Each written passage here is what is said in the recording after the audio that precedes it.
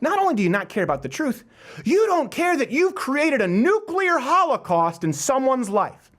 It doesn't matter to you, so long as you get yours.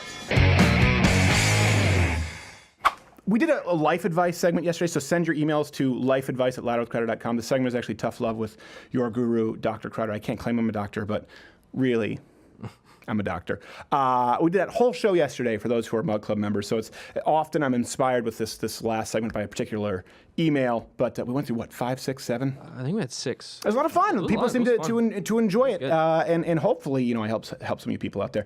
Let me be really clear about this. Sometimes some of these segments are a little more flowery. Sometimes I get emotional. I'm just gonna let you know I'm a little bit emotionally drained. I have just been pissed off all day.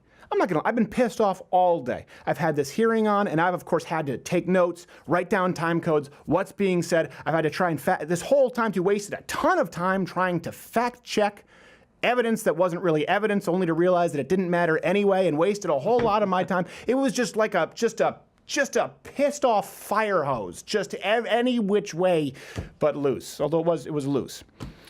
Fire hoses are loose, they're not hard. But the point is, I'm pretty tired. That being said, this one's easy. You're watching the hearings when you're thinking about how to navigate it. There's one thing that matters, and there's only one thing that matters: truth. That's it. Truth is what matters. If you go through this process, if you go through life seeking truth, if you make that your number one goal, and I know some people right now are like, well, you're a Christian, blah, blah, blah, and Egyptian myth. Just let's drop the factions for a second. Okay, we're talking about truth overall. There are people there are people I know. It's pretty easy to see if someone is consistently seeking truth or to live in truth in their life. Notice I didn't say your truth. Notice I didn't say my truth, the truth. There is no my truth. There is no your truth. There is no Ford's truth and Kavanaugh's truth. There is the truth. We don't know the truth right now. This is why this matters, and this is why I get so frustrated with the media coverage.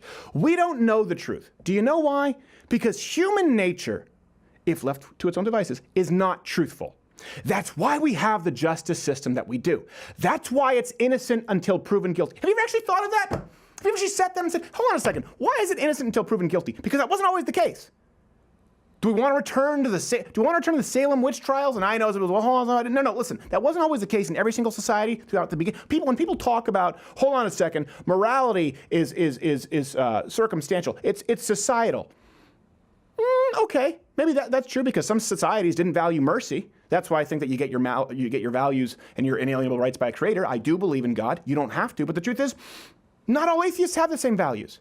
The truth is, not all religions share the same values. They don't all worship the same God. But have you ever actually thought about why is it innocent until proven guilty? Why did we, when setting up a system on how to judge people, on how to parse information, did we say, all right, we're going to have to assume someone's innocence until they're proven guilty?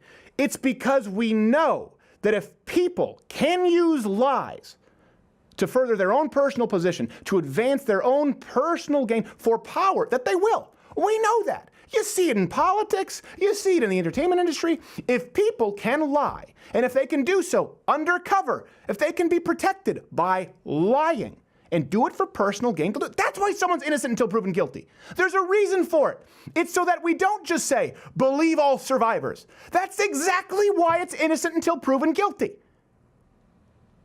How do you know it's a survivor? We have a process to find out if it's a survivor. There's a reason for it. And we've gotten so far off of the beam of seeking truth. Here's another one I'll throw at you. The left, the progressive left, the people, and I don't mean everyone, but people like the Young Turks, people like the Feinsteins, not only do they not care about the justice system anymore, not only do they not care about rule of law, not only do they not care about truth, they're just going to do damage anyway. Even if it's not true, even if it's not proven true, this is the difference now in the era of social media. This is why truth is more important than ever. Because now, you don't just lose your job, you lose your whole reputation, the way information spreads. It's like being able to kill somebody without a shot fired. You can do it through telekinesis, Kyle. If you were able to do that, just aim an empty gun. That's what I've got an empty gun, but I can kill you anyway. So like men who stare at goats, I can cause spontaneous combustion. They don't need Kavanaugh to be tried. They're not even pushing for a trial. We can't even compare it to the Salem witch trials because someone was burned at the stake at the end of something that they saw was some sort of justice. In this case, these are just people we don't know the exact motives, but we do know that they don't care about damaging someone's reputation. And that's the thing about the untruthful. That's why it's so important to keep bringing yourself back to the beam for truth. I've talked about the most toxic lies are not only the lies that you tell other people, but the lies that you tell yourself. Because then you get to a point where you can't even identify the truth. If you don't continue and start every morning coming back to that beam of truth, even if it's a 1-inch tightrope and you're on water skis, if you don't make an effort to, you get to the point where not only do you not care about the truth, you don't care that you've created a nuclear holocaust in someone's life. It doesn't matter to you, so long as you get yours. And let me be really clear. If Kavanaugh raped as many people who've come forward, I think it's up to 219 now, it's like the McDonald's ticker, how many billions served. He is the most successful rapist of all time. And I personally, on an emotional level, would actually like to see someone like that get the death penalty. And I know people disagree. So I'm making a point here. Let's not get lost in the weeds on the death penalty for rapists. But let me be as clear as possible. If he raped all the people who accused him of it, throw the book at him. But if he didn't, I feel worse for potential Justice Kavanaugh than any man that I can think of in recent memory. So I'm saying fry him, or my God, my heart goes out to him, and I just want to give the guy and his daughter and his family a hug. Polar opposites. There's only one difference between the two. It's the truth. Hey there, YouTube viewer. If you like this video, watch one of my other videos. Oh, it's playing in one of those boxes. I'd say subscribe or hit the notification bell, but I don't really know what that means in today's day and age on YouTube. But if you join at louderwithcrowder.com/mugclub, you won't only see clips, you'll get to watch the full daily 1-hour show every single day and support our content, making sure that we can still get clips up here on YouTube for the freeloaders who can't afford it and or are just cheap pricks.